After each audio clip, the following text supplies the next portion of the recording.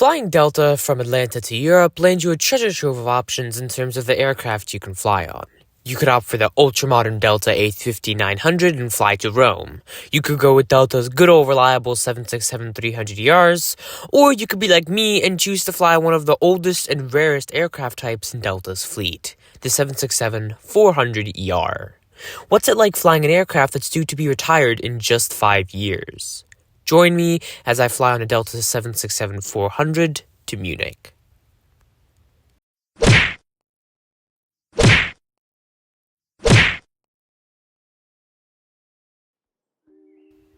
Good morning from the labyrinth that is Atlanta Hartsfield-Jackson International Airport. Currently, I'm just aimlessly walking around the airport. See, I just came off the 9:12 a.m. Delta flight from Newark and currently have just over 6 hours to kill before my next flight boards to Munich. See, ATL Airport is divided into 2 terminals with 7 concourses between them. The domestic terminal sees passengers flying out of concourses A through D, plus the main concourse, to US and Canadian destinations. Meanwhile, the international terminal features concourses E and F, both of which are, as you'll see later, the most modern concourses currently at the airport. All of the terminals and concourses at ATL are connected via this underground walkway, which spans just under 2 miles in length. You could be a lazy American and take the underground air train between concourses, or be like me and walk the way if you literally have nothing better to do with your time, or just want to get your steps in before sitting in a chair for 6 hours. You know, either or. Anyways, I decide to settle in for my long layover at Concourse E, as according to the Delta help counter where I got my boarding pass, this is where my flight to Munich will most likely be departing from. Out of all the concourses here at ATL, Concourse E remains the quietest throughout the day, even during the evening international departures rush hour. After a small lunch and a few hours of writing, my ride to Munich pulls into gate E6. Meet November 845 Mike Hotel, a 22-year-old Boeing 767-400ER painted in Delta's stand-up to breast cancer livery.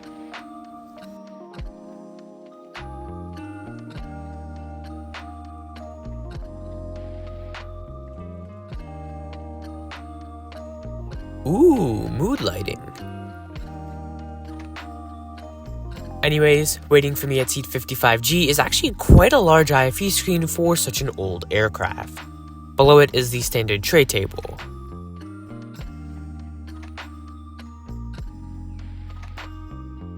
As for legroom, it's okay for shorter people, but I can imagine that for people who are 6 feet and taller, it may be rather constricting. Besides USB power, there's also shared under-seat power outlet with yet another USB port.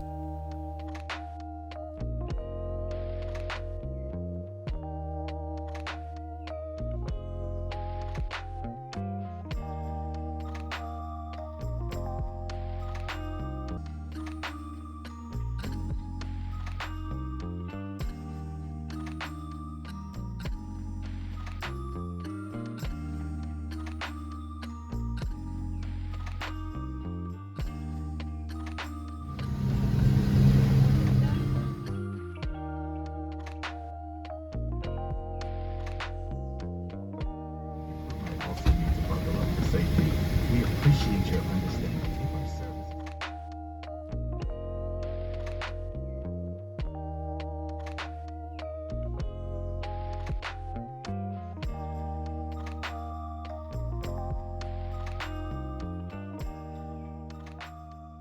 Here's our takeoff out of runway 9 left at one of the world's largest international airports.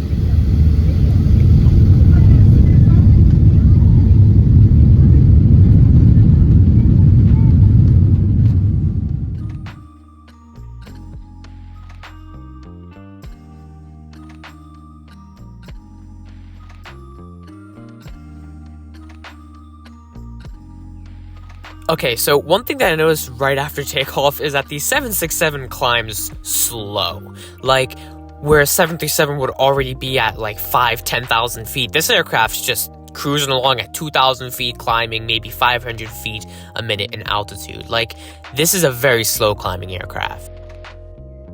Anyways, enough nerding about that.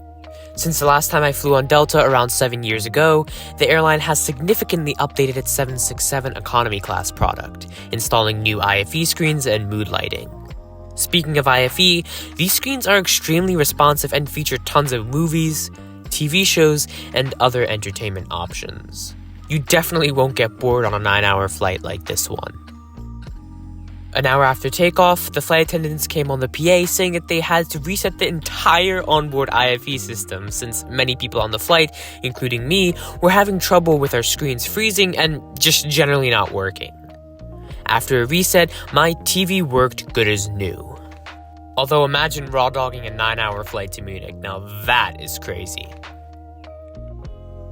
If you want to get dinner fast on a 767-400, you really shouldn't sit one row from the very back of the plane. The drink service on tonight's flight reached my seat 2 hours after takeoff. Another half hour of waiting and dinner is served, with me going for BBQ chicken. Although it's not like I had a choice since the crew were out of the other meal, pasta, by the time they reached my seat.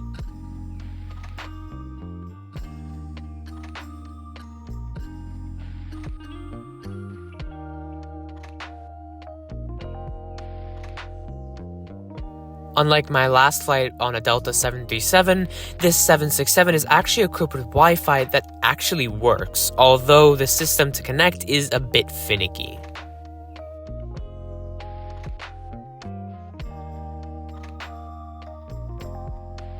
After a second drink service, I reclined to relax and get some shut-eye. Sitting at the very back of the plane does have its perks, as the last row of window seats on Delta 767s are typically reserved for crew rest on long flights like this one to Munich. Although on this flight, no cabin crew occupied the seat behind me for the entire duration of the flight, which was pretty good because that meant that I could recline guilt-free. After a very fitful 2 hours of sleep, I'm awoken by some turbulent skies near Ireland. For some reason, the cabin crew kept the reading light in the last row of seats on for the entire flight, even while most passengers, including me, slept, which is kind of annoying. Since I'm flying Delta, I get the idea to ask the flight attendant if she's carrying any trading cards or whether or not the pilots are. She says she'll ask the pilots after landing and that she doesn't currently have any. Shortly after this interaction in the back galley, another flight attendant comes up to me and she actually asks me quite an avgy question. She asks, "Why do you guys even collect these cards in the first place?" And after that, we had around a 20-minute conversation in the galley just talking about Delta Airlines, Aviation, and the trading cards.